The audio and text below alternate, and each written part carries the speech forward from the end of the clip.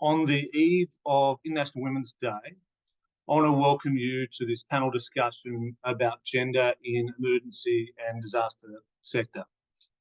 My name is Andrew Gissing. I'm the CEO of Natural Hazards Research Australia. And as a centre, we're very proud to be presenting this event in partnership with Gender and Disaster Australia.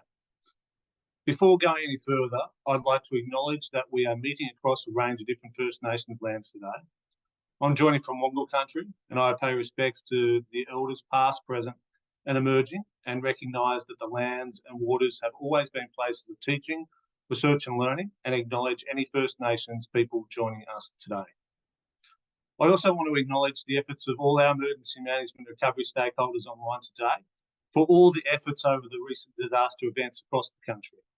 Your efforts are fundamental to the safety and resilience of our communities, and NHRA will continue to support these efforts by user-driven research. International Women's Day is an important day to mark the ongoing struggle for gender equity. This year's theme is Counter in, Invest in Women, Accelerate Progress. I want to acknowledge that International Women's Day is a day for and about women, but it's also crucial that men like me are engaged with events like this to truly understand the challenges faced by women, as well as to be an active part of working towards a more equal sector and society. Outside of work, I'm a proud father of 3 young daughters under 7. They are absolutely amazing. I want to see my wife and children be able to realise their dreams and potential without barriers. I think we all want that for the current and future generations.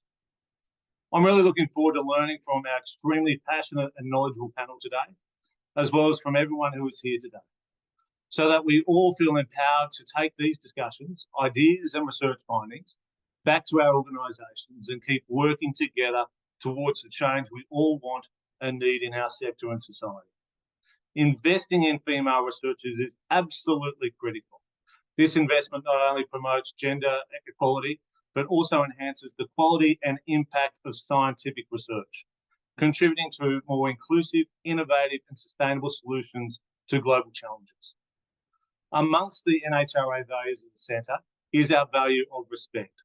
This is to recognise and value the contributions of everyone through embracing diversity in gender, ethnicity and thought. There are numerous ways that the Centre is already currently counting in the expertise of women and investing in them. The outcomes of these include that 60% of our principal researchers are women, 60% of our PhD master scholarships are women, 75% of our early career fellows are women, nearly 30 formal end users of our projects are women, and more than half of our staff are women. We acknowledge whilst the Centre has different ways that it invests in women, we recognise there is always more that can be done. However, the Centre is one component of a much larger and broader research ecosystem, where others across the sector have a role to play also. For change to happen, it must be collaborative, inclusive and sustained. Ultimately, it has to be done together.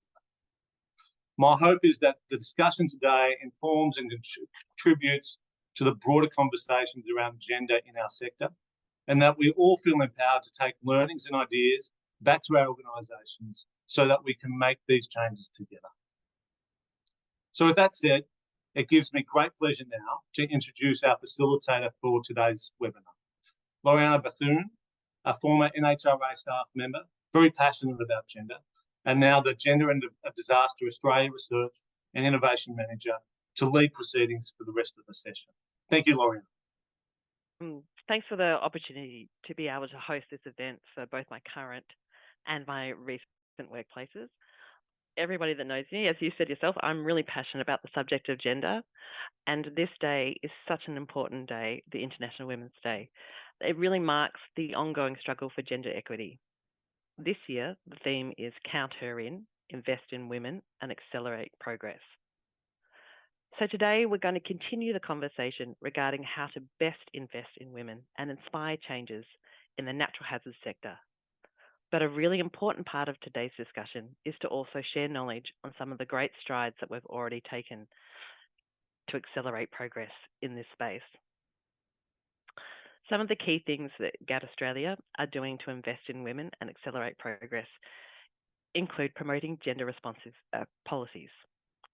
through collaborative efforts like the development of the National Gender and Emergency Management Guidelines and a range of academic and grey literature reviews on gender, disaster, and how they intersect with other themes such as masculinity, called volunteering, socioeconomics, rurality, identity, sexual assault, and many more. We're ensuring that policies and practices in disaster resilience are gender responsive by advocating for policies that prioritise the needs and experiences of women. We're really trying to accelerate progress towards gender equality in disaster management. We're also trying to support women's voices in research. We actively engage women in research initiatives with women and for women, such as projects in partnerships that we have with Minderoo, with Northern Rivers Women's Health Service, and the project that we did on the long-term disaster resilience research. The aim of this research is to really amplify women's voices and perspectives to ensure that they're central to decision-making processes in disaster risk resilience. Today is just an example, and I'm so pleased to be facilitating this panel discussion with 3 leading women in the natural hazards research, disaster risk resilience, and emergency management space. We've got Dr. Tegan Larin from Monash University. She's an early career gender diversity researcher, and she's just breaking her way into the emergency management space. We've got Kate Brown. She's an NHRA end user, and she works for DEFI and she's working on the project operationalising Aboriginal land and sea management. And finally, Stephanie Andrade from AFAC. Stephanie is the Manager of Diversity, Equity and Inclusion. Please note that the audience can ask questions using the Q&A function, and we will try to get to as many of your questions as we can. Please don't include any specific detail of people or organisations if that's possible, because we want to keep our conversations at that high level. And you can vote for any questions that you want the panellists to answer as well. And finally, it's probably really important to note that some of the natures of today's discussions can lead to some distress. So if you need to, please seek help formally or with a trusted colleague or friend. Okay, so let's get started. So first, we'd like to jump to Tegan. Could you give us a bit of a quick summary on your research? Hi, thanks so much for having me. Before I begin, I'd like to also acknowledge the people of the Woiwurrung and Boonwurrung language groups of the Eastern Kulin Nations on whose unceded lands I'm speaking from today. I respectfully acknowledge their ancestors and elders, past, present and emerging. I also recognise that Aboriginal and Torres Strait Islander women are leaders in working to address the disproportionate levels of violence enacted against them, their children and their families. So, like Loriana said, I'm new to this kind of area of looking at disaster specifically, but my background is in sociology and feminist theory, and I really have primarily focused on violence against women. So looking at this area, I found it really interesting because thinking about the different ways that disasters kind of occur within existing societal power relations that ultimately disadvantage women and privilege men. So thinking about disasters as not a neutral or natural event, but being kind of primarily social. So what I found looking at the existing research when I was doing the work for GAD is that it wasn't until the 1990s that women were really considered or that a gendered analysis was formed. So by that I mean examining the ways that the social construction of gender roles play out in the disaster context. So I think Deb Parkinson puts it really succinctly, which is a leader in the field of gender and disaster research, when she says, you know, men are expected to protect and provide and women to sacrifice and nurture. So this kind of analysis has developed over the last 20 to 30 years to consider all the ways women are more negatively impacted in disasters than their male counterparts, and that globally, in general, women are more likely than men to be injured and lose their life as a result of disaster. So this research shows that this is in part because women are disadvantaged or excluded from the disaster response and recovery process, from preparedness planning, the aftermath and response agencies. And we also know that women and their children experience new or increased domestic violence as a result of disaster. So, as well as an increase in demands for women's unpaid and often undervalued work and caregiving responsibilities. So, what this body of research highlights is that for women, disaster exacerbates many of the issues that they already face from their unequal positions in society. So this area of research then turned to examine the ways gender operates to impact men, because although women are in general more negatively impacted, men also suffer under this ideal of masculinity. So when we're thinking about gender norms, we can see them as relational. So where women are expected to conform to constructions of femininity, men are meant to uphold standards of masculinity. So a useful concept that's used in gender and disaster research on men is hegemonic masculinity. So where this kind of hyper masculine ideal is valorized and held up as the standard that men should kind of aim for. And so as a result of that, it means that men are less likely than women to hear danger warnings, perceive risks, feel concerned about potentially life-threatening situations. And in relation to bushfires in Australia, men are more likely to want to stay and defend their property as a result. And so because of that, and as an exception to the general rule, men are actually more likely to die in bushfires. They're also less likely to seek crisis support due to these societal constructions about men and masculinity, and this can have devastating effects, contributing to depression and suicide for some men. So more recently, research in the field has turned to gender and sexual minorities and disaster. So thinking about the established heteronormative and patriarchal societal assumptions and standards, and recognizing them as major kind of factors influencing LGBT people's experience of disaster to access services. So for example, vulnerability might be increased at emergency relief shelters where there's a lack of private or safe space, where the family unit is on display and there's a fear of disclosing gender or sexual identity. This might be especially heightened in rural contexts where conservative social norms may be prevalent or where faith-based organisations are involved in service delivery. So these factors contribute to further marginalisation, discrimination, harassment, violence, abuse, and social isolation during and after emergencies for these communities. And with this newer kind of focus in the research, there has come this emerging tension, which really rests on the understandings of gender and the centrality of the male-female dichotomy in analysis. So gender and disaster scholars drawing on queer theory have argued that the male-female dichotomy is an insufficient construct with which to address the gendered dimensions of disaster.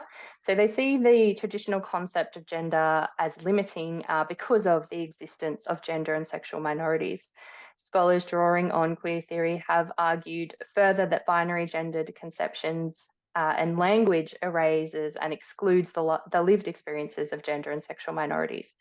And it follows that dichotomous gender constructions of male and female, not only in policy and practice, but also in conceptual analysis, then cause further marginalisation of groups that are already marginalised. So the proposed solution is to move beyond the binary and disrupt automatic assumptions that sex and gender are these omni-relevant categories. So this is clearly in conflict with the sociological perspectives which argue for the kind of continuing importance of this analytical category. So in this view, even individuals who do not conform to binary gender are nonetheless defined in relation to the established gender dichotomy. And in order to begin to unpick the various consequences of the gender dichotomy, including the experiences of gender and sexual minorities, it must continue to be the centre of analysis. So I've argued that the tendency to focus on the individual in this gender identity sense risks overshadowing the structural dimensions of gender and sexuality, potentially limiting the ability to address broader systemic inequalities and power dynamics in the context of disasters. So yeah, it's been a very interesting interlude for me, so thanks. Oh, thanks so much, Tegan. Yeah, I can't wait to dig a little bit deeper into that. Yeah, I think we'll move to Kate. Hi, Kate. Yama. My name's Kate. I'm a Gomeroi cultural scientist, and I'm here on Gundagara and Darug country. And thanks, Tegan, for teaching me a new word, hegemonic masculinity. That was really interesting. So I'm working on a project called Operationalising Aboriginal Land and Sea Management with Natural Hazards Australia. I'm a co-researcher with my colleague Sean Hooper, and what we're really looking at understanding, I guess, so our research will look at the barriers to operationalising Aboriginal land and sea management at a landscape scale, and to really, well, I guess, so it consists of doing a literature research to try and understand what the literature believes the barriers, or what is Aboriginal land and sea management and what the barriers are. Then we'll go out and actually talk to Aboriginal land and sea management practitioners to find out what the on-the-ground barriers are. And I guess this is really, that component's really important, because what I've found in my research so far is there's really large gaps relating to Aboriginal land and sea management in general, but specifically relating to women. So what our goal is to actually understand what Aboriginal land and sea management is as part of Aboriginal law. So we believe that our ancestors actually embedded law into country, and that women and men have their own unique roles that are equally as important to maintain the law, which is part of connecting to the dreaming. And this belief, or this worldview, is shared across New South Wales, but is represented in many different ways and terms. So I'm just speaking from my lived experience as a Gomeroi woman. I'm not speaking for all Aboriginal people or all Aboriginal women, or even all Gomeroi people. But so, yeah, so what we want to do as researchers is actually understand, how do we emerge that knowledge? How do we as Aboriginal people and practitioners emerge that knowledge from country? So as the literature, as I said, the gaps in the literature are quite substantial, and they essentially form, I guess, three different concepts. So one of the barriers to operationalising Aboriginal land and sea management is the understanding and the conceptualisation of what Aboriginal land and sea management is. And this is an ideological or a worldview problem, or a systemic problem, and even a gendered problem. So how we talk and think about the world is inherently different from a Western perspective to how we think from an Aboriginal perspective. And I guess one example that I just thought of when the meeting started was how we conceptualise natural disasters. So in our worldview, everything is part of country. So country is a complex, interrelated mix of relationships, and everything has, I guess, personhood. But again, there's all these problems with language. So, but we consider animate and non-animate objects as all having a moral right to be included and having, I guess, personhood. So an example that I was thinking about is that we have a range of different stories about the different winds. And so the spring winds that come is a male who comes to flirt with all the ladies, all the lady plants, and that's how they become pollinated. And the radical winds is a woman. And so I was actually thinking about, how does a natural disaster, how would that be, or how it is conceptualised in Aboriginal worldviews, in our stories. And it is around actually seeing a natural disaster not as I guess, a series of physical things that have happened, but actually as something that has its own identity and value. And so thinking about who are natural disasters as well as what are they. Anyway, back to the barriers. So another barrier that we've come across are political, institutional, and policy and legislative barriers. So we'll be examining them as part of a policy review in our project, but it's quite complex, again, because we find ourselves in a federal and state and local level system. And again, Aboriginal worldviews around caring for country and maintaining the dreaming cross all of those conceptual and legislative boundaries. And other barriers would be place-based and species type barriers, where access to land or species or things that we actually need to conduct our dreaming, our ceremony, our rituals and practices are no longer accessible. And so, again, what are the barriers and how do we overcome those barriers? I think, yeah, that's it. So the project started early this year or late last year and will be completed by the end of this year. Thank you. Wow, thanks, Kate. That's what a fascinating piece of research that you're doing. So looking forward to talking a little bit further about that with you, but also to those results towards the end of this year. And you raised some really interesting points about men's and women's business. It's something that we've definitely got to that we're thinking about as part of Gender and Disaster Australia and the work that we do there. Yeah, thanks. Yeah. So we're going to move on to Stephanie.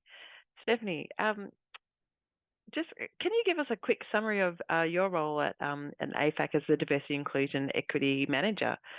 Yes, of course. Hi, Loriana, and hi, everyone. Thank you so much for having me today. I just want to start by sharing my pronouns, which are she, her, and pay my respects to the Wurrung people as the traditional owners of the beautiful lands that I'm coming to you from today, and pay my respects to their elders past and present. Yes, so my role at AFAC, which most of you will, I'm sure, know, is the National Council, sorry, the Binational Council for Fire and Emergency Services. Is a newly created one about a year ago with a focus on supporting the industry more broadly to ensure that we're, I guess, living up to our strategic intent of creating safe and inclusive workforces. AFAC, one of the ways that we sort of do that is through our Diversity and Inclusion Collaboration Group network and also in partnership with Champions of Change. The Diversity and Inclusion Collaboration Group is designed to sort of bring together, I guess, key practitioners across all of our 34 member agencies, and also some of the key leaders and influential leaders from those organisations to collaborate and to share and to learn from each other with the end intent of sort of amplifying, maximising the value of that work that we're doing individually. You know, one example of the work that was, I guess, one of the visible outputs from that space is our Spotlight series. So we look at what are the key interest areas for our members. An example from last year with the changes in the legislation was around sexual harassment and psychosocial hazards. So we take those sorts of topics and bring together experts and thought leaders in that space to help ensure that we're growing our viewpoints around that, but also look at which of our members are doing phenomenal work in this space. How can we learn from their experiences and leverage that experience? And that really goes back to AFAC's core intent of, you know, connected and capable emergency management. In terms of the Champions of Change partnership, so all 34 of our Champions of Change, all 34 of our member agencies heads form part of our Champions of Change Fire and Emergency Group, which is convened by the incredible Kristen Hilton, who's the former Victorian Human Rights and Equal Opportunity Commissioner. So she convenes the group and leads us. And the intent of that group, which meets through sort of the AFAC council process, so quite hardwired into our ways of working, is to look at how can we use the heads of these agencies and these organisations to drive the leadership that we want to see, to champion the change that we want to see. And the Diversity and Inclusion Group supports their work by acting as implementation leaders to drive their work plan. And so the broad, I guess, topic areas that we're focused on for work delivery across the sector externally and also within AFAC is around growing the talent pool. So, you know, looking at what are some bold gender equity actions that we can take and be accountable for and commit to. How do we look at our talent processes and back that up with doctrine and other materials to support it? And ensuring dignity at work through things like inclusive facilities, inclusive PPE, and often we are beneficiaries of phenomenal research done by the NHRA and in the work of Gender and Disaster Australia as well. And the other component of the work that's being delivered through this program is how do we support safe, respectful and inclusive cultures? A huge topic to unpack, obviously. But one of the areas of focus in which we've had the fortune to collaborate with some of the wonderful gender and disaster folks on is how can we unpack men and masculinities, as Tegan's alluded to address how those rigid gender stereotypes can be contributing and you know, upholding some of the inequity that we see. Looking at how we activate our internal sort of everyday champions of change. Obviously, we have that top level through our representatives at the heads of agencies, but how do we filter that further down into organisations? And then also a key focus, especially with the changes to legislation of late, but how do we focus on sexual harassment prevention and response, and particularly a really, you know, person-led, trauma-informed response and building the capability of the industry in that respect as well. A lot of work on, but obviously, you know, lots to be done as well. Yeah, this sounds like you've got a pretty full plate. Yeah, whilst I've got you, I mean, I think you know, we're talking about this on International Women's Day, and every International Women's Day we talk about all the actions that we can do to make lasting change. And yet we're still struggling to move that needle. Why do you think this is so hard? What's going on? Oh goodness, if I could answer that question easily, I would I would have the silver bullet. Joking aside, I think, you know, firstly, it's because it's despite really good intent of the vast majority of people who are working in this space, it's a really difficult, complex cultural change. And it's not one that's just within our workplaces, it's the whole of society that influences this. If I was to focus though specifically on, you know, perhaps things that are more directly controllable by us, I think it's a bit of a truism that what gets measured gets done. And I think one of the areas that we're growing in a little is how do we really start to unpack the root causes of some of this inequity and the systemic inequity, rather than taking a one-size-fits-all approach to addressing it.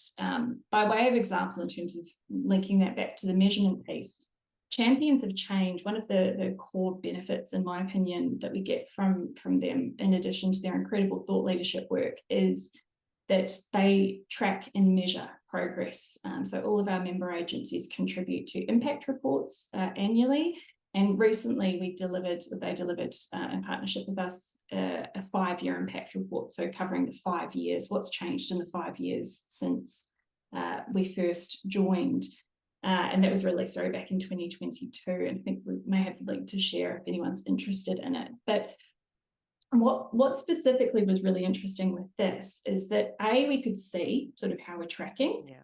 And to your point, Loriana, in terms of that progress, you know, while around a quarter of our member agencies' workforce as a whole was women, we saw that it was significantly lower, so around 20-21% in frontline roles. But really importantly, in that sort of mid-level management of the frontline sector roles, it was going backwards, which is obviously a concern. You know, so we're seeing real growth in some areas, going backwards in others.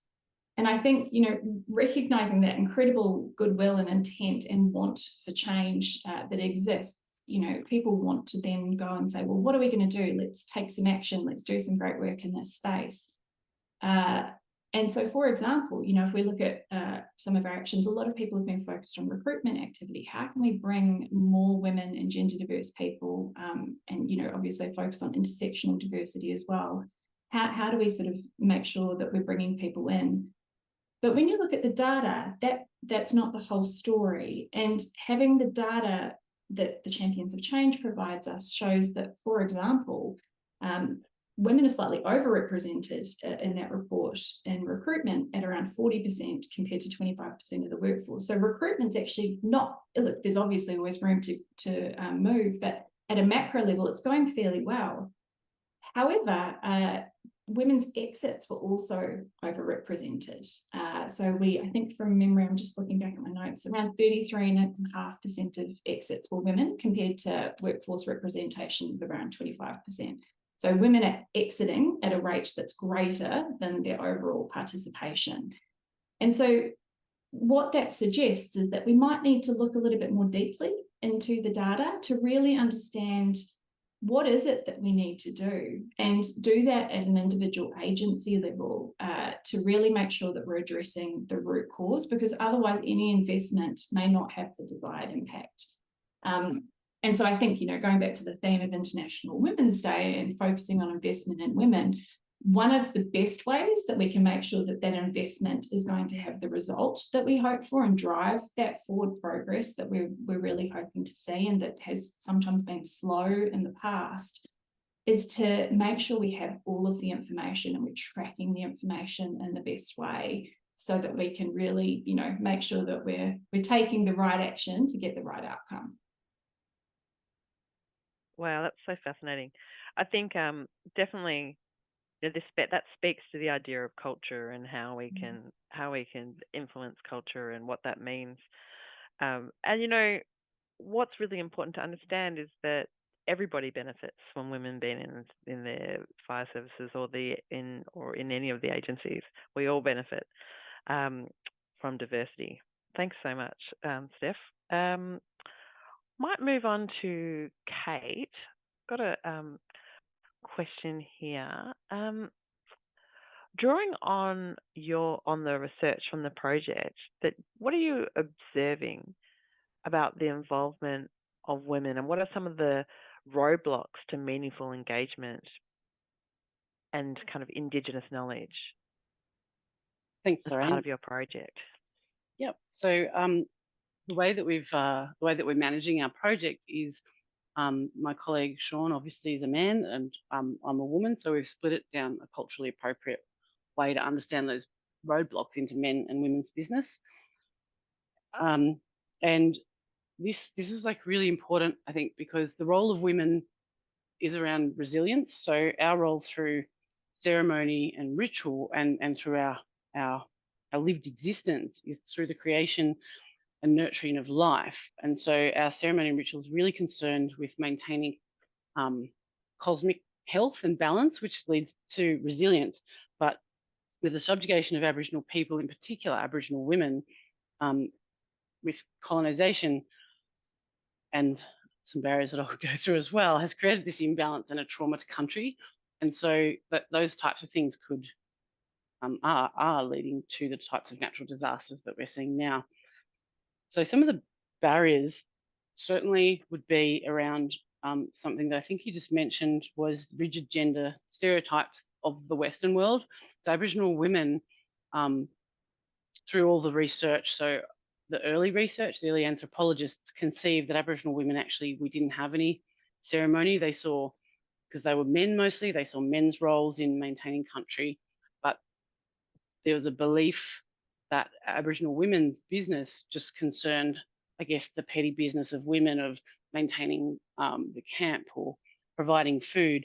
However, because of those rigid gender stereotypes, whereas in our conception, Aboriginal women are incredibly important, as I said, to the maintenance and well-being of both country and community. So I guess the first barrier is that rigid stereotype that was applied around a patriarchal view, when many of our nations were actually matrilineal. So that really rigid gender stereotype is a massive barrier to understanding. In addition to that, those gendered barriers are around how people those early anthropologists engaged with Aboriginal communities to understand Aboriginal land management, which was often in a big group. So there weren't gender safe spaces where men and women could talk about their business without, in a culturally safe way, without breaking the law. So that, again, the barrier of those gender stereotypes and the way that we've engaged with Aboriginal women has created this barrier to women actually being able to advocate for themselves.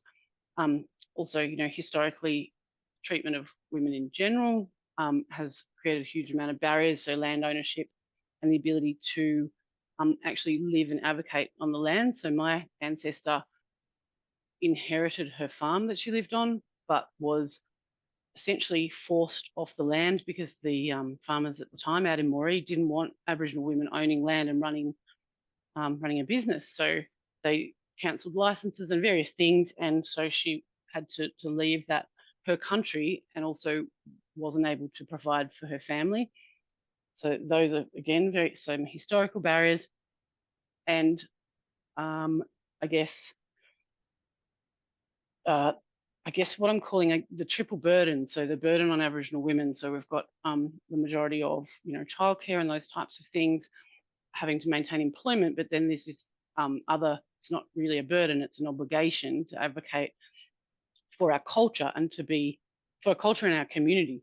So Aboriginal women find it hard to find time to be able to do all of those things. So definitely a barrier is time. Yeah, that's so poignant. So how is as part of the project, are you looking at trying to find ways to address some of these barriers? So this is a scoping project. So firstly, what we're trying to actually even understand is for my part, what is Aboriginal women's land management? Yeah. And what are the barriers? And there may, as we're engaging with our participants, we may come to some solutions. But I guess the first instance is actually really trying to conceptualize what is and what do Aboriginal women on the ground, what are their aspirations around land management, and what are the barriers? Then solutions. But I don't think that that's something that you could do in 12 months is the solutions, but absolutely the barriers, and where we can, using our networks, we'll endeavour to create some solutions for our local mob as well. And is this a first? Yes. Yep. Wow. Yeah. So it's really exciting. Yeah. Yeah. Really incredible. Thanks, Kate. Thanks. Tegan, just drawing on your research as well, what are you finding as some of the roadblocks to meaningful engagement in terms of as it relates to identity and gender?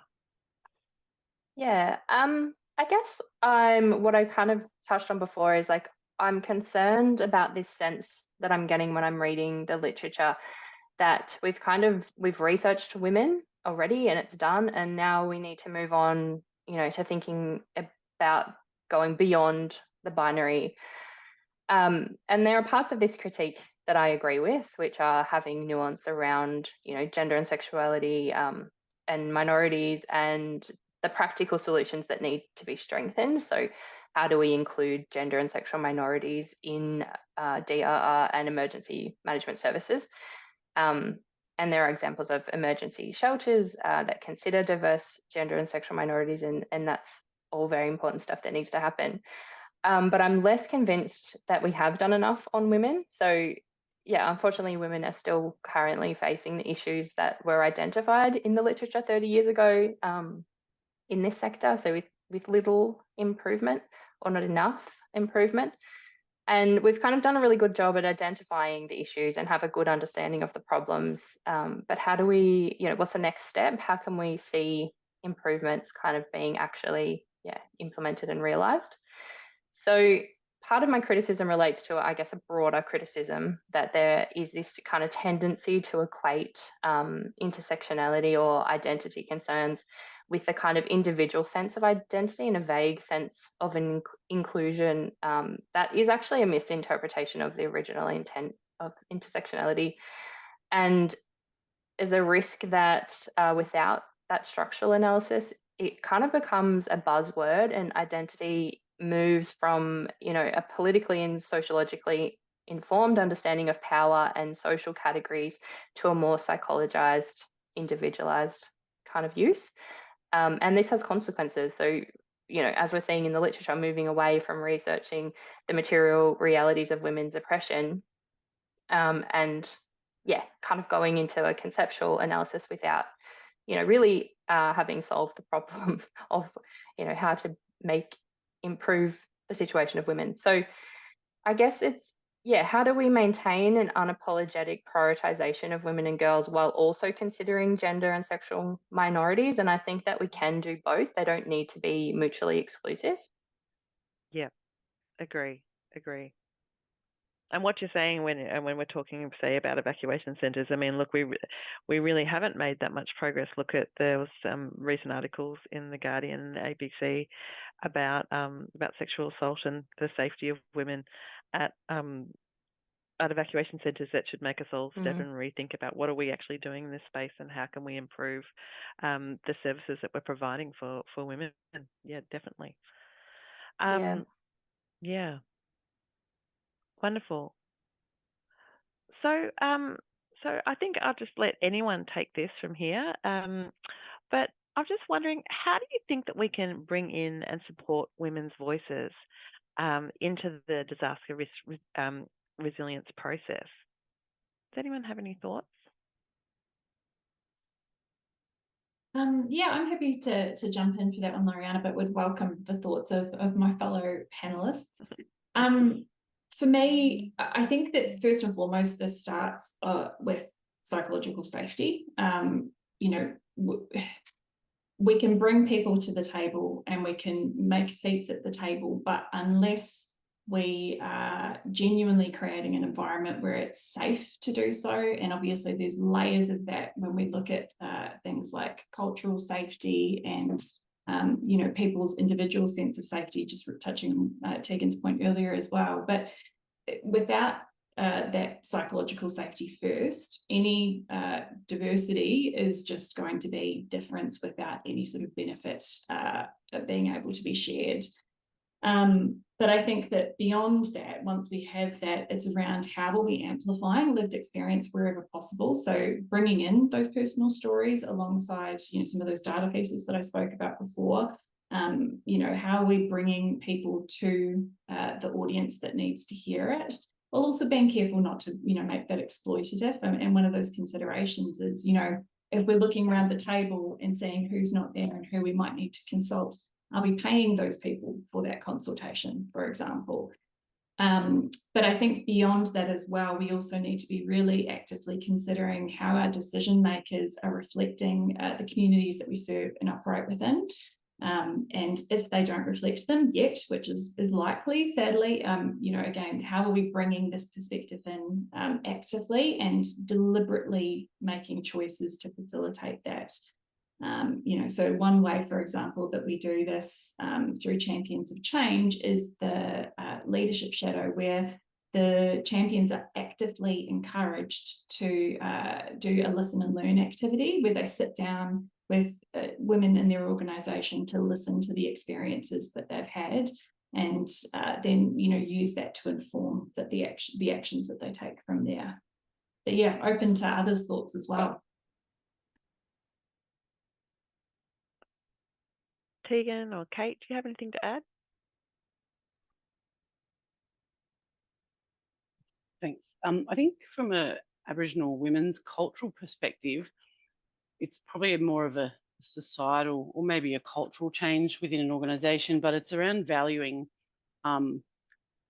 women's business. So like the typically, I guess, feminine aspects in our Western culture aren't really seen as having value, though. So things around, you know, nurturing and all of those maintenance of life systems, I guess, is seen as like a, you know, like a chore. It's not actually valued for the power that it is. And so I think valuing women's power is really important, and creating cultural spaces where women, where that power is celebrated and where women can be safe to share them. And I think investing in Aboriginal women's research is really key to understanding and sort of co-designing those processes with women. Thanks. Yeah, just adding to what Kate said, I think around having, you know, nuance is really important. And so I think we've seen maybe bad examples of where we've tried to, you know, be gender and inclusive of gender and sexual minorities, and in relief shelters where we've, you know, where there's been kind of the toilets or the safe space, the bathroom kind of area has been just kind of made gender neutral for everybody. And then it's kind of like, well, it includes, yeah, it kind of, you know, it kind of works, but then there are some women who don't feel safe in those spaces if some men are also going in there, and there are culturally and linguistically diverse, elements to that as well, where it's just inappropriate. And so kind of having that nuanced understanding to have, I think the solution is having both men and women and, a third kind of space. And that seems to be more understood now. But yeah, just maintaining that kind of nuance on different identities. Yeah, it really seems to be about being able to continue to be open and learning and listening to the people. That seems to be key, right? Like we've got to start listening and listening better. And someone here once said, and rightly so, that no one's ever been shamed into conforming. So how do we create a culture of inclusivity in natural hazards and emergency management? Yeah.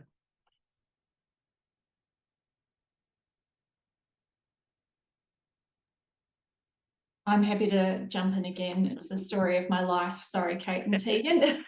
Feel free to talk over me if you need to. So, I would refer again, I guess, back to that psychological safety piece. So, the work of Amy Edmondson and Timothy Clark, are both fantastic in this space in terms of talking about how psychological safety enables inclusion. Happy to share some links with anyone who might be interested in it. But I think that's where we start to see that that sort of, I guess, the benefit of the difference that we see through inclusion of different people. But I think that on a really practical level, it's leaders. It starts with the leaders, the behaviours, the people they reward or don't reward, the language that gets role modelled, punished, or rewarded, and that's organizational culture. It's culture in a nutshell, and it's so the impact of that at the highest levels is outweighed. So it outweighs that of the varying levels through an organization. So I think if we can start at the top and get the right behaviours and the right culture role modelled at the very tops of our organizations, we do see that start to flow through, and part of that is sort of role modelling that psychological safety and creating that psychological safety. And that's obviously some of the work that we do within AFAC and Champions of Change as well. But yeah, a really critical part of the equation. Absolutely. I totally agree that it does come from role modelling and leadership. It's so important because if you see your leaders being inclusive and creating those safe spaces, it allows you to feel safe. But this is a slight tangent, and I totally agree with that notion about shame from a behavioural change point of perspective, that people don't change due to shame. I used to work in a waste management, and they had that Hey Tosser litter campaign, and that was interestingly discussed. But I will also point out that language again is another barrier to the Aboriginal land and sea management or understanding culture. So shame actually plays an important part of Aboriginal culture and has also been changed and I guess misused as part of like the colonization process. So it's just, I just wanted to point that out, that it's really interesting that the sort of, I guess, the dichotomous kind of relationship, two worlds that Aboriginal land and sea managers have to kind of try and navigate in order to operationalise our land management. Thanks. Yeah, definitely the shifting sands. It must be hard to kind of sort of balance in between those two worlds, because they're not natural fits, and they probably just kind of skirt by each other constantly. Thank you. Now we don't seem to have any questions sitting on our question and answers, so I might just pick out just one. That might be for specifically for Steph, but if there's anyone else has an idea about how to answer that, that could be good as well. Look, I'm curious, in the work that we do, what we've really noted with climate change and with all the increase in frequency and intensity of disaster, how do you see that playing out in terms of the emergency management sector and the leaders that they've got? They're busy people. They're like, how do they prioritize women and prioritize the accelerating women in such dire circumstances? What can we do to encourage that? Oh, that's such a great question. and I'm sure Kate and Tegan will also have views on this. One thing I would say is that I think where the rubber hits the road, in my experience, is where organisations don't treat inclusion as a nice to have or something that can be secondary to that core function of their business or organisation. You know, obviously we recognise the challenges and the busyness and that those in our sector are facing. You know, certainly fire seasons are getting longer and crossing over, and you know, it seems to be never ending. But where we are seeing the best traction is where organisations are saying, actually, to help us meet that need, to help us address that challenge, we need to be more innovative. We need to have a diversity of thought. We need to be more risk sensible, and we need to, you know, really think about how we can approach this differently. And we know that the way we do that is through having more diverse voices at the table, more diverse viewpoints when we're making decisions. So I think that rather than treating them as two separate issues, it's how do we sort of see equity and inclusion as a strategic enabler of us delivering all of the other really important functions of our organisations and you know, keeping our communities safe in the face of, you know, what is a really, you know, serious challenge. Wonderful. Yeah, I think sorry. Thanks, Tegan. Yeah. I was just going to add to what Steph was saying there. I think it's, yeah, and so something she said earlier as well, like it's really about the kind of cultural change and the cultural of the organizations and what we're kind of, yeah, we're prioritizing and placing importance on, because as we're seeing disasters increase, we're obviously seeing the effects of that increase too, and that's largely, you know, on women's shoulders. And so, you know, not seeing it as a kind of separate thing, but it comes together, and yeah, putting that priority back on women and girls and kind of trying to, yeah, I think I agree with Steph that it's not kind of, it shouldn't be a separate thing. It's all part and parcel of trying to, yeah, you know, unfortunately one comes with the other, so you can't really separate them. Absolutely. And it's about valuing as well, making sure that you know, understanding making sure the case and that women and the inclusion of women and also other gender minorities will increase your business and will increase your ability to be able to service your community, right? It's a bit of a ongoing bugbear of mine, what we used to call the business case for diversity, equity and inclusion, because, you know, surely you shouldn't need a business case to, you know, include people or to be equitable. Yeah. However, I also think that an evolution of that is, how do we share the story with people and bring them on the journey with us to make sure they do understand those strategic and delivery benefits, and that we are talking about it not just as a nice fluffy HR initiative, but actually something that's of critical importance to us in terms of delivery. Absolutely. All right, well, we'll come to our final question. So this is just a bit of an interesting thought exercise.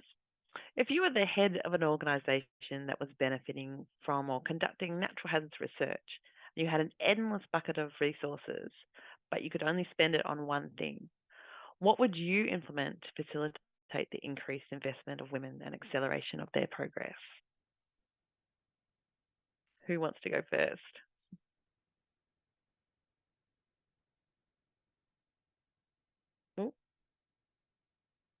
I'll go because mine's a pretty easy answer. I would invest absolutely in Aboriginal land and sea management, specifically in having women on country. We have less people managing our country now than we ever have in history. And so I think having women on country working, you know, being able to have that freedom to participate in our culture and to really connect and see what's actually going on the ground, because there's just so many unknowns that we don't know about. And so, yeah, absolutely, Aboriginal women. Thanks. I love that answer. Yeah. I was sitting here racking my brain, Loriana, trying to think of what I would do with an endless pot of money. But I actually think that, and this may sound self-serving, I don't intend it to be, but I think that the more that we can invest in people for whom this isn't something that they do off the side of their desk. I'm really conscious of the people that I work really closely with who are doing this out of passion. Often, not always, but certainly we are seeing greater investment by many organisations. But the more that we can enable people to sort of deeply focus on this as their core role, or a bulk part of their role, or a recognised part of the role, the less likely we are to see it sort of slip down that priority list, in my experience.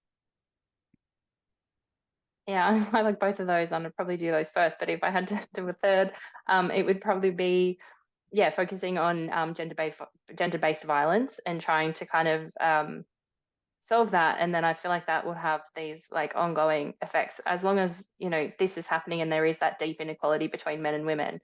I think that this is really core to the problem, and so investing in that and trying to solve that, I think would then have those effects, hopefully. The flow-on effects. Wonderful. Okay, thanks everyone. That's been such a wonderful discussion, and been so frank and fearless in what you've been discussing as well. Because sometimes this can be a bit contentious, and you can feel the pressure of that as well. So thank you, thank you to the panel for indulging us in this discussion. So we realise that we've only touched on the tip of the iceberg for today, and we're hoping that you'll be able to access this in the recording of the panel. It will be online soon, and you'll receive an email when it's available. And perhaps this is a really good trigger for continued discussions within your own organisations, or on LinkedIn, I guess, or other social media platforms. So if we're interested in this topic, then you'll probably be interested in a special diversity edition of AGEM that GADOS is working on with ADA, and that's due to come out towards the middle of this year. NHRA also has plenty more events coming up online and in person, and you can find that at www.naturalhazards.com.au/events. Also, NHRA is really excited to announce that its third annual Natural Hazards Research Forum will be on the 14th to the 16th of May at the National Wine Centre in Adelaide, a wonderful function centre, I can assure you. Registrations will be open soon, and we really hope to see as many of you there as possible. So thank you, everyone, for your attendance, and we'll hope to see you next time. Cheers. Thank you. Thanks all.